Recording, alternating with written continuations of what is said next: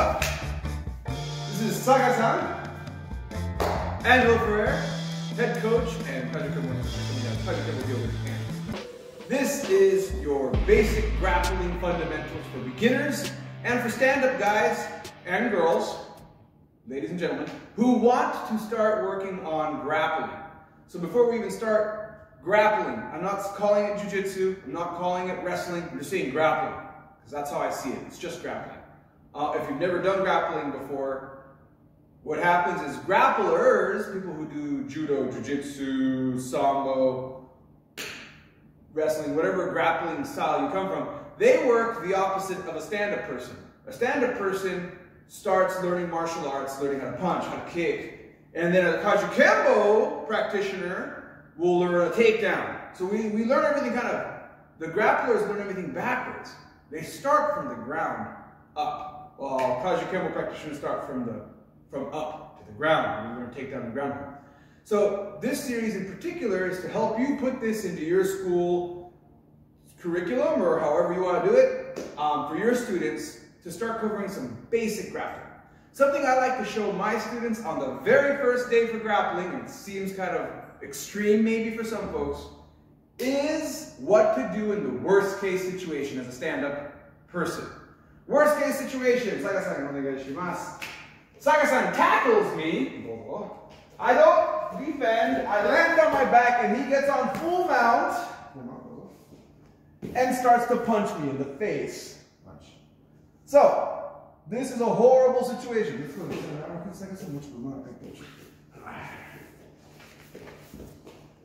So this is a horrible situation to be in. He's on top. Notice the first thing I did was not have my legs straight down. I put my knees up. Let's start with that, okay? Basic, what to do. My knees are up. My hands are up. That way if he starts punching, he can't get me in the face, and he hopefully can't get me in the jaw and knock me out right away. So next what I'm going to want to do is I'm going to want to bridge to put him off balance. And I'm also going to bring up my knee and knee him at the same time. So I come up here, and now he's off balance. Once he's off balance, I'm going to wrap around, grab his arm, and tuck it under. For your students, make sure to tell them to grab their hand and wrap it here.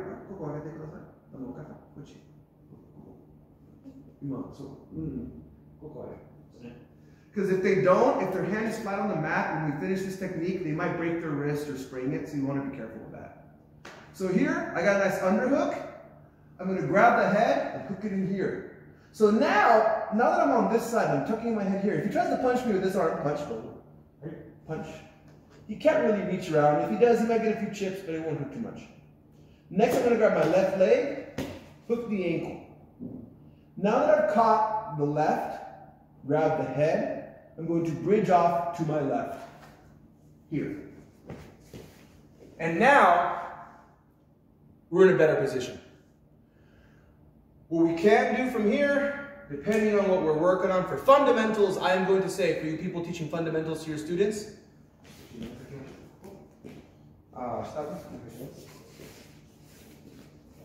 going to encourage our students to go into closed guard. And this is going to be mostly for our students. In a street situation, I'm going to say get back up. But we want to work a drill later. So I do want my students to go into closed guard, and we're going to end up right here, and we're going to stop.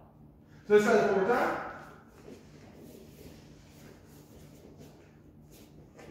For the practice, we start with the person already in full mount.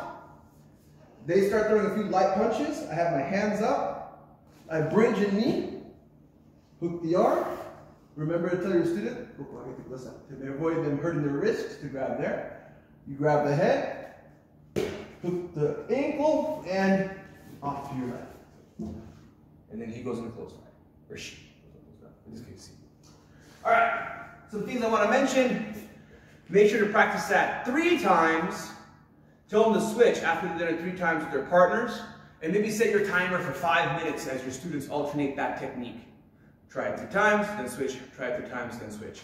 Try it 3 times, then switch. This is your basic fundamental for that. Now, here is a quick drill that you can do in class. The person's in mount, they do a few light punches. I knee, grab the head, put the ankle, bridge out. Once I'm here, I will make another video for this next technique, but for now, we're just gonna say we're gonna escape close guard. I'm gonna put my hands and pressure here on the hips, bring the leg down, put some pressure here, do a pressure pass, come up, and get into mount. For you beginners,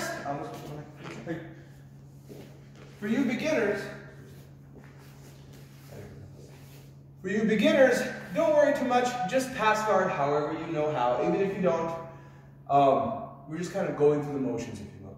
So now that I'm on top, go back. So I'll do a few light punches. He's gonna bridge a knee, hook the arm, hook the head, hook the ankle, and bridge. All right. And you'll drill that for another, you can put 3 minutes on the clock after they're done practicing it for 3 minutes. Then you can drill that for 3 minutes and they go back and forth. All right, our final step, sparring. For sparring, you can have them, if they're really wet behind the ears, we're not actually gonna do any striking, okay? We'll do some we're not. Because I feel that if they don't know anything about grappling, I want them to focus on the technique. Now, if they're not wet behind the ears and they've already done some striking with their grappling, you're going to throw on some MMA gloves. In this case, I'm not going to wear MMA gloves. I'm just going to have my hands open for the sparring.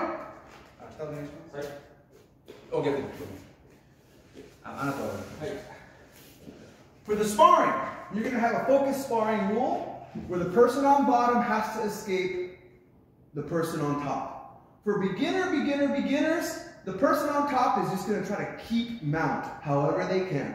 No striking, right? So for Genten sparring, as they say in Japanese, we'd start. Go. So right now we're sparring. He's trying to keep his top. I switched positions. Notice it wasn't exactly the technique I just showed you. It doesn't matter. Because we're sparring. It can be anything. As long as they have the principle or the concept, it's just for them to work it, okay? Because the sparring, it's not going to be the exact same thing, and that's what they need to learn. So we do the sparring, and you allow them to do whatever they want. Whatever they want, however they can get out of it. The person on top tries to keep mount, and the person on bottom changes position. Once they change position, go back to mount, do it again. Do that for 3 minutes. Then switch sides. Whoever was on bottom is on top, whoever's on top is on bottom. Do that for another 3 minutes. So that's 6 minutes of sparring right there. By now, you can calculate how much time this will take in your class. You can figure that out. I don't want to make this YouTube video too long to explain those little details. But hopefully you can grab this from your class. Again, for higher ranking students, the person on top can do submissions, the person on top can start striking, and you can just keep it light, but you pretty much have more of a kind of a MMA looking fight, because the person on top can do stuff that they can't do in MMA. For example, they can do reverse elbow strikes or whatever if you're doing Kajukenbo. Keep it light, you don't want anyone to get hurt, and that's for your advanced students. Big cautionary note, that's for your advanced students. For your beginner students, take out the striking until they're comfortable with it, and then once they're comfortable with it, then maybe the next lesson, if they're not wet behind the ears, you can bring in some light striking with the makeup. Alright, thank you, and thank you for following the channel. Hit like and subscribe, and I'll catch you all next time. Peace.